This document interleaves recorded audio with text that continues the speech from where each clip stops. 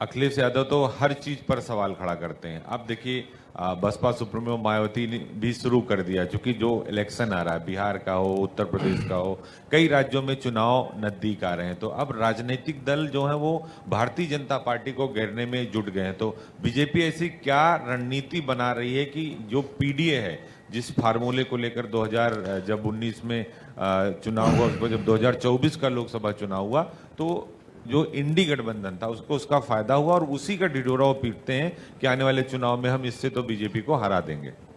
देखिए, वो एक समय था, वो समय गुजर गया, और कांच की हांडी बार बार नहीं चढ़ती है। एक आपने बताया कि हर चीज़ का वो करते रहते हैं। एक बहुत पहले एक पार्टी होती थी, सोशलिस्ट पार्टी ऑफ इंडिया। उनका सिद्धांत था कि आप सड़क पे चले जाओ और गाली देना शुरू कर दो। अगर कोई आदमी आपको गाली देने के लिए नहीं मिल रहा है तो शीशे के सामने खड़े हो जाइए, खुद अपने आप को गाली दीजिए। तो वही हाल समाजवादी पार्टी का हो गया है, खुद को गाली दे रहे हैं।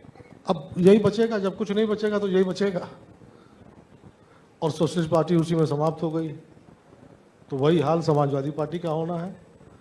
झूठ के पुलंदे पे बहुत दिन तक ख्वाब नहीं चलने वाले हैं, और ये निश्चित तौर पे आप देखिएगा आगे आने वाले 2027 के चुनाव में समाजवादी पार्टी लुप्त प्राय पार्टी हो जाएगी।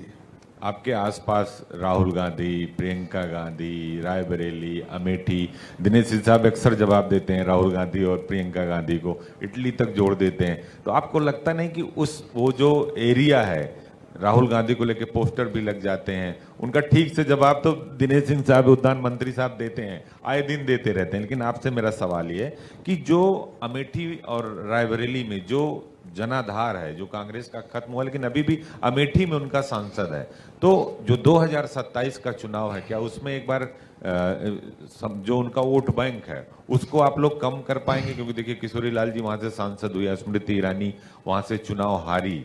तो जो समीकरण है जिसको लेकर समाजवादी पार्टी दावा ठोंकती है कि नहीं नहीं हमारे पास तो इतना वोट परसेंटेज है जो हमको मिला है, उस आधार पर हम 27 में सरकार बना लेंगे। देखिए, कुछ ऐसी परिस्थिति बन गई थी जिनकी वजह से रायबरेली सीट भी और अमेठी सीट भी कांग्रेस जीत गई। लेकिन आज मैं आपके चैनल पे ये दावे से कह सकता हूं कि दोनों लोकसभा में 10 विधानसभा सीटें हैं, 5 अमेठी में, 5 रायबरेली में, और 10 में से एक भी सीट 2027 के चुनाव में कांग्रेस नहीं जीतेगी। जहां कहिए वहां मैं लिख के दे दूं। और इतना ही नहीं, इन 10 विधानसभा सीटों में कांग्रेस को 15,000 वोट भी नहीं मिलने वाले हैं। इस बार निपटा देंगे आप लोग? निपटाए हैं, पहले से निपटे हैं। 15,000 से ज्यादा किसी सीट पे कांग्रेस को वोट नहीं मिलने हैं।